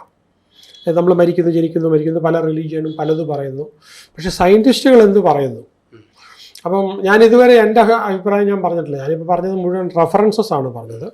100 കണക്കിന് ഇതിനെക്കുറിച്ചുള്ള പുസ്തകങ്ങളുണ്ട്. ആ പുസ്തകത്തിൽ പറഞ്ഞിരിക്കുന്നത് എന്താണ്, ഫേമസ് ആയിട്ടുള്ള ഓരോരുത്തരെ കുറിച്ചും എടുത്ത് ഇതിനെക്കുറിച്ച് വളരെ വിശദമായിട്ട് പറഞ്ഞിട്ടുണ്ട്. ആ കാര്യമാണ് ഞാൻ ഇതിനെക്കുറിച്ച് പറഞ്ഞത്. അപ്പോൾ ഇതിപ്പം നമ്മൾ ജനിക്കുന്നോ മരിക്കുന്നോ ഇതുണ്ടോ ഇല്ലയോ എന്നുള്ളതല്ല, പക്ഷെ എന്തായാലും നമ്മുടെ കോൺഷ്യസ്നെസ്സിന് അന്ത്യമില്ല, നമ്മുടെ കോൺഷ്യസ്നെസ്സിന് അതിന് അവസാനമില്ല. അത് നമ്മൾ നഷ്ടപ്പെടുമ്പോൾ നമ്മുടെ ശരീരം മാത്രമേ പോകുന്നുള്ളൂ. അപ്പോൾ ഈ ചില കുട്ടികളുടെയൊക്കെ നമുക്ക് ചിന്തിക്കാൻ പറ്റും, നമ്മുടെ കുട്ടികളെ തന്നെ എടുത്താൽ മതി. ഈ കുട്ടികൾ നമ്മളിപ്പം ഒരു 7 വയസ്സോ 8 വയസ്സുള്ള കുട്ടികളെക്കുറിച്ച്, ആ കുട്ടികളുടെ ഇപ്പോഴത്തെ മൊബൈൽ കൈകാര്യം ചെയ്യാനോ ഇൻ്റർനെറ്റ് കൈകാര്യം ചെയ്യാനുള്ള കഴിവിനെക്കുറിച്ചല്ല ഞാൻ പറയുന്നത്. നിങ്ങൾ ആ കുട്ടിയോട്, നമ്മുടെ കുട്ടിയോട് മകളോടോ മകനോടോ ഒരു പ്രോബ്ലം പറയുവാണെങ്കിൽ, നമ്മൾ ബിസിനസ്സിൽ നേരിടുന്നതോ ലൈഫിൽ നേരിടുന്ന ഒരു പ്രോബ്ലം പറയുകയാണെങ്കിൽ നമ്മൾ പ്രതീക്ഷിക്കാത്ത ഒരു ആൻസർ ആയിരിക്കും, ഒരു സൊല്യൂഷൻ ആയിരിക്കും. അച്ഛാ അല്ലെ പപ്പ ഇങ്ങനെ ചെയ്താൽ പോരെ, ഒരു സൊല്യൂഷൻ പറഞ്ഞു തരുന്നത്. അപ്പോൾ ശരിക്കും പറഞ്ഞാൽ ഇവരുടെ ആൻസർ കേൾക്കുമ്പോഴത്തേക്ക് നമ്മൾ പ്രൊഫഷണലി വലിയ ഇതെടുത്താൽ പറയുന്ന കഴിഞ്ഞും വളരെ നന്നായിട്ടാണ് കൊടുക്കുന്നത്. ഇതിനെ ഈ പാസ്റ്റ് ലൈഫിൻ്റെ ഇതിനെക്കുറിച്ച് റിസർച്ച് ഞാൻ പറഞ്ഞല്ലോ, യൂണിവേഴ്സിറ്റി തന്നെ പ്രവർത്തിക്കുന്ന കാര്യം പറഞ്ഞല്ലോ. അപ്പോൾ അവർ പറയുന്നത് എന്താ പറഞ്ഞാൽ ഇൻഡിഗോ ചിൽഡ്രൻ ആണ്. അതായത് ഇങ്ങനെ ഒരുപാട് ഇത് ചെയ്ത് വളരെ റിഫൈൻഡ് ആയിട്ടുള്ള, അപ്പോൾ ഇപ്പോഴത്തെ കുട്ടികൾക്ക് വലിയ പ്രയാസങ്ങളും ബുദ്ധിമുട്ടൊന്നും ഇല്ലാതാണ് ജീവിക്കുന്നത്. അപ്പോൾ അവരെന്ന് വെച്ചാൽ അവരൊത്തിരി നന്മ ചെയ്തിട്ടുള്ളതുകൊണ്ട് ഈ അനുഭവങ്ങൾക്ക് വേണ്ടിയിട്ട് നമ്മളുടെ അടുത്തേക്ക് വന്നിരിക്കുക. എന്നാൽ ഈ ശാരീരിക വൈകല്യങ്ങളൊക്കെ ഉള്ള കുട്ടികൾ വരുമ്പോൾ അവരെ ഗിഫ്റ്റഡ് ചൈൽഡ് എന്നാണ് വിളിക്കുന്നത്. അപ്പോൾ അവർക്ക് ഒരു ലാളന കിട്ടാനായിട്ടും പരിലാളന കിട്ടാനും വേണ്ടിയിട്ട് നമ്മുടെ കുട്ടികളായിട്ട് തന്നെ നമുക്ക് വന്നിരിക്കുന്ന ഒരു പ്രത്യേക അനുഭവത്തിന് വേണ്ടി വന്നിരിക്കുന്നവരാണ് അവർ, നമ്മുടെ കുട്ടികൾ. അപ്പോൾ എപ്പോഴും നമ്മുടെ കുഞ്ഞിൻ്റെ മുഖത്തേക്ക് നോക്കുമ്പോൾ ഇവൻ എൻ്റെ ഗ്രാൻഡ് ഫാദർ ഗ്രാൻഡ് മദർ എന്നുള്ള മിക്കവാറും അങ്ങനൊരു രീതിയിൽ കാണണം എന്നൊക്കെയാണ് ഇവർ പറയപ്പെടുന്ന കാര്യങ്ങൾ.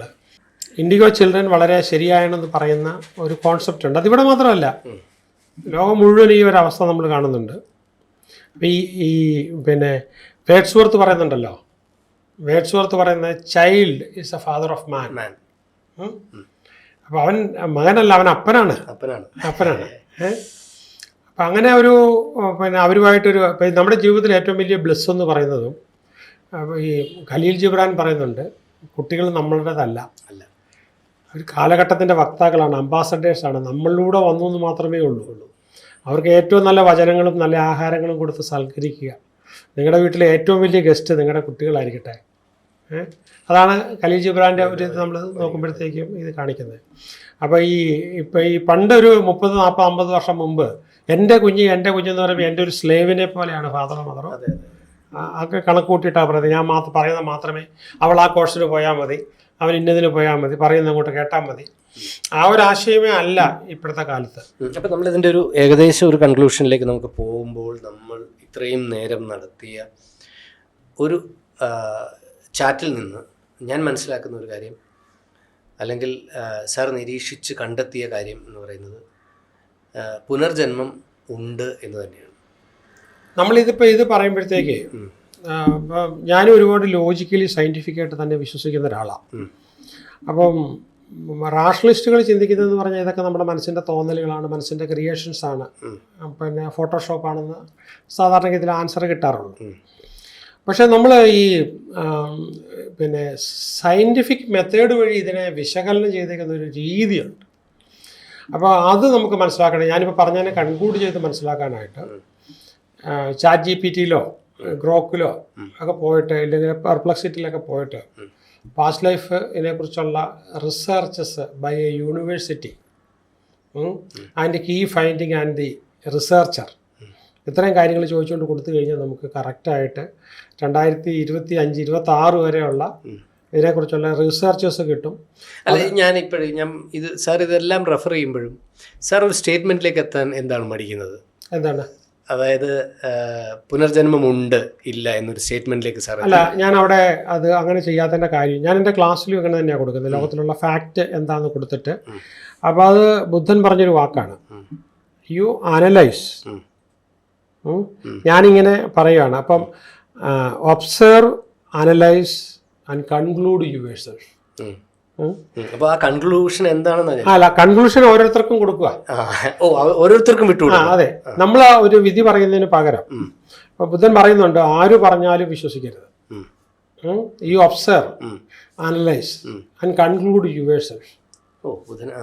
ബുദ്ധൻ പറയുന്ന 3 സെന്റൻസ് ആണ്, observe, analyse and conclude yourself. അപ്പോൾ ഇവിടെ ഞാൻ പറയുന്നത് ഇതുമായിട്ട് ബന്ധപ്പെട്ട ലോകത്തിലുള്ള എല്ലാ ബുക്കുകളും ഞാൻ വായിച്ചിട്ടുണ്ട്. ലോകത്തിൻ്റെ എല്ലാ ഭാഗത്തും ഞാൻ പോയി ഇതുമായിട്ട് ബന്ധപ്പെട്ട ട്രെയിനിങ്ങുകൾ അറ്റൻഡ് ചെയ്തിട്ടുണ്ട്. നമുക്ക് മനസ്സുകൊണ്ട് ഒരിക്കലും വിശ്വസിക്കാൻ പറ്റാത്ത ഒരുപാട് കാര്യങ്ങൾ ഞാൻ നേരിലും കണ്ടിട്ടുണ്ട്. അപ്പോൾ അതിവിടെ പറഞ്ഞ് ഞാനൊരു അന്ധവിശ്വാസം ഉണ്ടാക്കുമല്ല. ഓക്കെ, അപ്പോൾ ഈ എക്സോർസിസ് എന്നൊക്കെ പറഞ്ഞ് ജർമ്മനിയിൽ അതിനൊക്കെ വേണ്ടിയിട്ട് പ്രത്യേക വർക്ക്ഷോപ്പുകളൊക്കെ ഉണ്ട്. ഈവൻ നമുക്ക് മന്ത്രവാദം നമ്മുടെ നാട്ടിൽ മന്ത്രവാദം പിന്നെ ഇന്തോനേഷ്യ, പിന്നെ ആസാം, ഇവിടെയൊക്കെ ഇതിൻ്റെ വലിയ ഇന്ത്യയിലാണ് ആസാം ഏരിയ, ഇതിൻ്റെ വലിയ ക്യാപിറ്റലാണ്. അപ്പം അതിനെക്കുറിച്ചൊക്കെ ഒരുപാട് പഠനം നടത്തുന്ന ആൾക്കാരും എല്ലാം ഉണ്ട്. അപ്പം ഞാനൊരു റാഷണലിസ്റ്റ് സൈഡിലാണ് നിൽക്കുന്നത്. അതിനകത്ത് നിന്നുകൊണ്ട് എൻ്റെ അഭിപ്രായത്തിൽ പറയുവാണെങ്കിൽ നമുക്ക് ഈ റീഇൻകാർണേഷൻ അഥവാ പുനർജന്മം തള്ളിക്കളയാൻ പറ്റത്തില്ലാത്ത അത്രയും എവിഡൻസസ്, ഒരു കേസ് അനുകൂലമായിട്ട് വിധിയെടുക്കുന്ന എവിഡൻസസിലാണ്. അപ്പോൾ ലോകത്തിൻ്റെ മുന്നേ കിട്ടുന്ന എവിഡൻസസ് വെച്ച് നോക്കുമ്പം we are compelled to believe. ഇതിനകത്ത് പിന്നെ പ്രധാനമായിട്ടും പുറത്തുനിന്ന് വന്നിട്ടുള്ള റിലീജിയൻസ് മാത്രമേ ഇതിനെതിരെ തർക്കിക്കുന്നുള്ളൂ. പക്ഷെ അതിനകത്തും ഈ പറഞ്ഞ അതിൻ്റെ അകത്തുള്ളൊരു ഫിലോസഫി തർക്കിക്കുന്ന എന്ന് പറഞ്ഞാൽ ഒരു പക്ഷേ അല്ല, ക്രിസ്ത്യാനിറ്റി പറയുവാണെങ്കിൽ അങ്ങനെ ഒരെണ്ണം ഇല്ലാതെ ക്രിസ്ത്യാനിറ്റി പറയും. പക്ഷെ ഇത് തന്നെ അതിനെക്കുറിച്ച് ഒരുപാട് പഠിക്കുന്ന പിന്നെ ബിഷപ്സും അച്ഛന്മാരും കന്യാസ്ത്രീകളും ഒക്കെ ഉണ്ട്, ഒരുപാടുണ്ട്. പിന്നെ ഈ ഹിമാലയത്തിൽ പോയി തപസ് ചെയ്യുന്ന ഒത്തിരി പിന്നെ ക്രിസ്ത്യൻ സന്യാസികളുണ്ട്. അതുകൊണ്ട് ക്രിസ്ത്യനകത്ത് തന്നെ ഒരു മിസ്റ്റിസിസം അടുത്ത കാലത്തായിട്ട് കയറി വന്നിട്ടുണ്ട്. ഇസ്ലാമിനകത്ത് മിസ്റ്റിസിസം അത് പണ്ടേ കയറിയതാ. ഒരു മിസ്റ്റിസിസം എന്ന് പറഞ്ഞു കഴിഞ്ഞാൽ ഈ മെഡിറ്റേഷൻ വഴിയും പാരാനോർമൽ ആക്ടിവിറ്റീസിനെ നോക്കുകയും, ഇപ്പോൾ ഈ ഹിമാലയത്തിലൊക്കെ ചെന്ന് കഴിഞ്ഞാൽ നമുക്കിങ്ങനെ ഒരുപാട് പാരാനോർമൽ ആക്ടിവിറ്റീസ്, മൂളുന്ന പർവ്വതം, ബോധം കെട്ട് വീഴുന്ന താഴ്വര, ചൂടുവെള്ളം ഒഴുകുന്ന പുഴ, ഇങ്ങനെയൊക്കെ നമുക്ക് ഒരുപാട് സംഭവങ്ങൾ നമുക്ക് പോയി ഹിമാലയത്തിൽ പോകുമ്പോഴേ നമുക്കത് അറിയാൻ പറ്റുള്ളൂ.